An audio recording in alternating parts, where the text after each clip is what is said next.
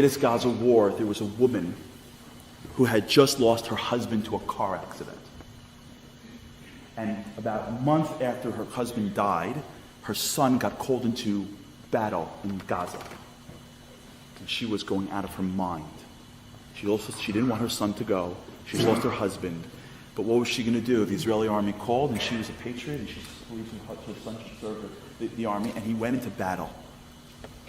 And the worst thing happened. About a week into a battle, the army calls her in the middle of the night and says, "We have bad news. Your son was killed." And she breaks down. That's it. Her husband dying was close. When her son died, it was it. And she basically said, "I'm done living." She gave up everything, and she locked herself in her apartment for months. She has another daughter, a son and a daughter. Her daughter called her. She said, "Ma, come out. Ima, come out. I'm not coming out. Ima, I have children. You have grandchildren. They miss their savta." She goes, "I'm not coming out. I'm not living. God doesn't love me. I'm out. I'm out." No. Lock the door. A week, 5 weeks, 6 weeks, 2 months. You can't blame her. 2 months later, one of her friends said to her, "Listen, there's a big rabbi coming to town. Just listen to the class." She goes, "I'm not listening to rabbis. I'm not doing anything. I'm living my life in this house with the lights off forever." She goes, "Please, come to the class." She comes to the class, and the rabbi speaks about God being in your life. And she's like half nodding through it. She comes home that night, and she sits down in her house, and she looks up to heaven. She says, "God, you took my husband, and you took my son. I understand we make sacrifices for this land. I get that. But I want to know that my son is okay."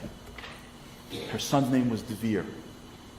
"I want to know that I understand that he died, and he died for you and for your nation, and I'm okay with that. That's what happens when you send your kids into the army. You take that risk. But I want to know that my Devere is okay. And here's the deal I make with you, God. You can't do this, but you did.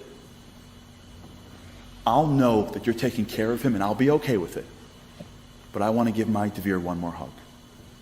I want my Devere for one more hug. You give me a hug with my Devere, I'm good." She said that then. Okay. True story. This is going on. The lady spoke in Toronto. 2 weeks later, she gets a call from her daughter. She says, "Ima, it's almost Tu B'Shvat. There's a Tu B'Shvat get-together. You know, in Israel, they have the fruits and the whole deal. You have 2 grandkids. They miss their savta. Come on, please." She goes, "Okay. I'll come to the Tu B'Shvat get-together." She goes to some area, and they have nuts, and the kids are playing. It's gorgeous. It's in Israel, the harvest. It's awesome. Kids are running around. And she walks over, and she's sitting around, and she's a nursery school teacher. So when you're a nursery school teacher, kids come to you. You know what I'm talking about? Any nursery school teacher, you know what I'm talking about? Like the little moras are like magnets for kids. You know what I'm talking about? You could have like a mora somewhere, and like every kid's like, "Mora, mora, mora, mora." You know what I'm talking about? That's what moras are. God bless them. They're the greatest people in our nation. Somehow, moras and Candyman are like the greatest people we have. So she's a mora. She takes care of little kids. She used to before she quit. So some little 2-year-old comes running over and starts like hanging out on her leg. And she's like, "Who's this kid?"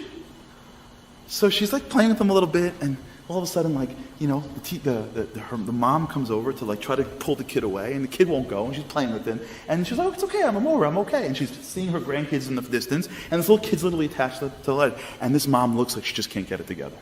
This poor mom looks like she's totally overwhelmed. She's got a kid in her little pouch, and the kid is just crying and screaming and snotty and crying and losing it. And her 2-year-old's attacking some stranger, and the mom is like pulling her hair out, and she's telling this kid, "Get off her leg, leave the Geveret alone." And he's just hanging out there, and she goes, "It's okay, it's okay." And she's losing it, and she goes, and the mom goes, "Listen, give me the crying baby. I'm a savta. I've done this before. You handle the kid wants a toy or something, a carob tree. I don't know what they want." So she takes out the baby, and she hands it to this woman. And the second she hands it to this woman, the baby stops crying. Like as if but grandmothers have that touch. She's a Bobby, Safta, grandma, wherever you are. And she's just rocking, and the kid's like Googling at her, and she's like, And the mom looks, she goes, "You know, I feel like the kid likes you better than me." And she takes care of this 2-year-old, and she's cooing him, and she goes, well, what's his name? And the mom goes, his name is Devere. She goes, Devere? That was her son's name who died. She goes, Devere? What a strange name. Why would you name him Devere? And she says, well, I'll tell you, it's a crazy story. When I was pregnant with him a few months ago, the doctor called and said they got some tests back, and he was going to come out, if alive at all. Incredible. It would have been a disaster. They weren't sure if he'd make it, if he was a viable fetus, and if he was born, he would be born with so many complications he'd spend the rest of his life in a hospital. And I was broken. And I went home that night and I prayed to Hashem and I said, Hashem, please, I want to raise the kid, make him healthy. And that night I saw on television that there was in the Gaza war a casualty of war. There was a man named Devere who just died. And I said, Hashem, if he comes out healthy, I'm going to name him Devere in memory of that soldier. And this mom is giving her Devere one last hug.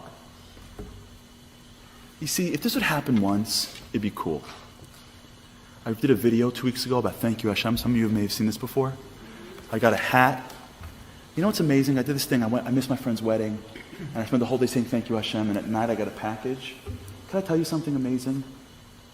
Since that video went out, I think I got 100 calls and texts from people with their own story of Hashem just showing up. Their own little Devere stories. You know why?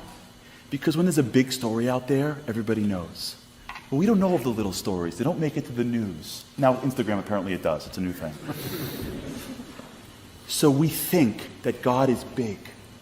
And we never meet enough people to get everyone in the room so we can all realize that Hashem's not big.